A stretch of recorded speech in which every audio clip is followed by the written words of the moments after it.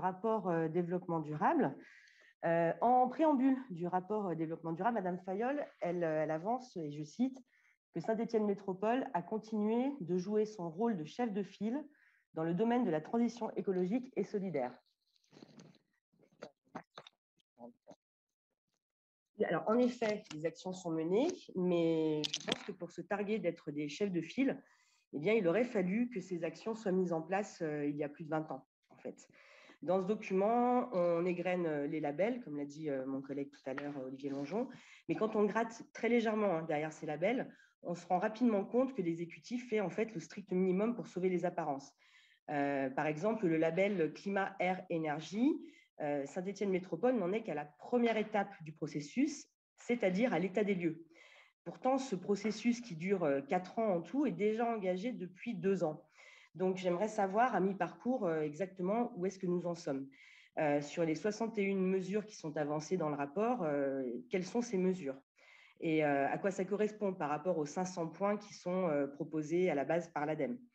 En gros, on comptabilise ce qui est fait. Donc oui, ça paraît beaucoup, mais on ne contextualise pas le chemin à parcourir.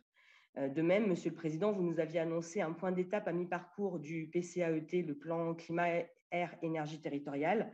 Et là aussi, nous en sommes à mi-parcours, donc on aimerait savoir quand est-ce que vous allez nous le présenter. De la même façon, Saint-Étienne Métropole met en avant dans sa communication l'obtention du label économie circulaire, qui est octroyé aussi pour 4 ans.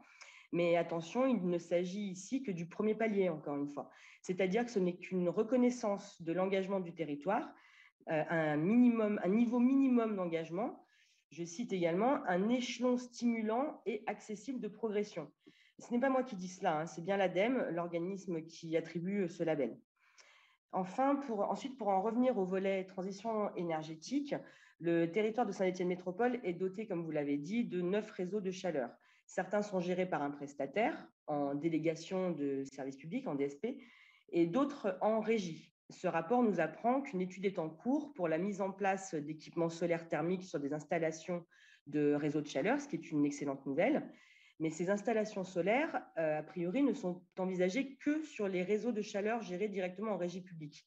Alors ma question est, pourquoi pas sur les installations en DSP? Est-ce qu'on doit comprendre là que la collectivité n'a plus la main sur les installations qui sont gérées par des prestataires? Je me pose la question. Un peu plus loin, on apprend que le fonds de chaleur territoriale va permettre d'éviter le rejet de 552 tonnes de CO2 sur l'ensemble du territoire TEPOS. Donc, le territoire TEPOS comprend le territoire de Saint-Étienne Métropole, les communautés de communes des Monts du Pilat et la communauté de communes du Pilat rhodanien. Donc, très bien, hein, mais remettons une nouvelle fois en contexte. En France, en moyenne, un habitant consomme 4,62 tonnes de CO2 par an. Donc, si on rapporte ce chiffre, ne serait-ce qu'à la population du territoire de Saint-Étienne Métropole, nous pouvons estimer que nous rejetons environ 1 848 000 tonnes par an, donc rien qu'à Saint-Étienne Métropole. Donc, c'est très bien, 552 tonnes de moins, mais c'est toujours ça de gagner, oui, mais cela représente seulement, accrochez-vous bien, 0,0003% des émissions produites sur le seul territoire de Saint-Étienne Métropole. Donc, vous conviendrez que c'est très insuffisant par rapport aux enjeux actuels.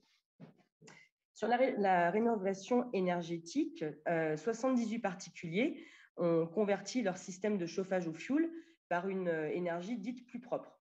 Là encore, une mise en contexte aurait été pertinente. La collectivité gagnerait en efficacité en définissant un objectif à partir du nombre de logements actuellement équipés au fioul. Ce sont les services de Rénovation 42 qui sont chargés d'accueillir et d'accompagner les propriétaires qui souhaitent effectuer des travaux dans leur logement pour gagner en efficacité énergétique. Leurs équipes mènent cette action avec sérieux et professionnalisme et j'en profite pour saluer la qualité des prestations qui sont proposées.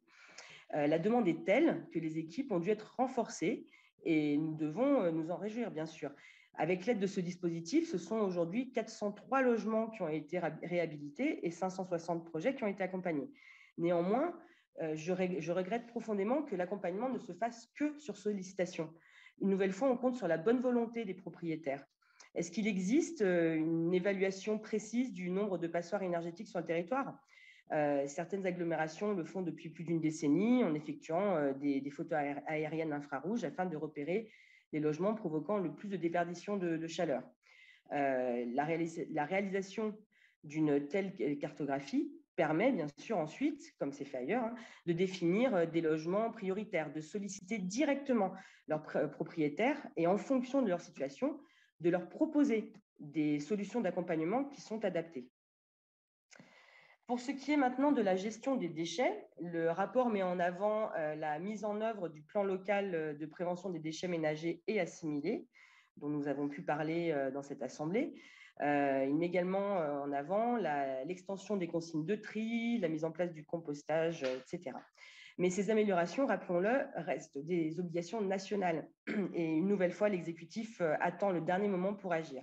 Donc, pour une fois, faisons preuve d'humilité, pas de quoi s'estimer innovant ou précurseur.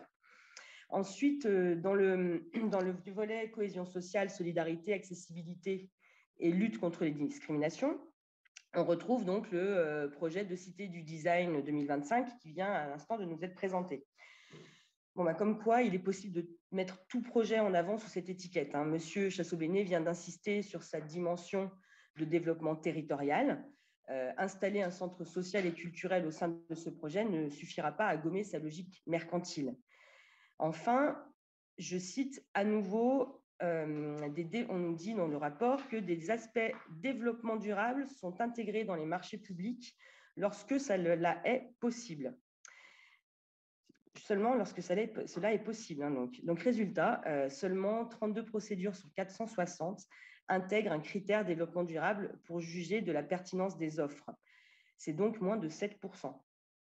De même, 45 procédures seulement sur 460 intègrent une clause développement durable d'exécution du marché, soit moins de 10%. Alors soyons sérieux, nous ne pouvons pas, nous ne devons pas nous en satisfaire. Le développement durable, c'est une nécessité pour la planète comme pour notre territoire. Il ne peut pas juste constituer la couleur verte dont on repeint tout projet pour qu'il devienne acceptable.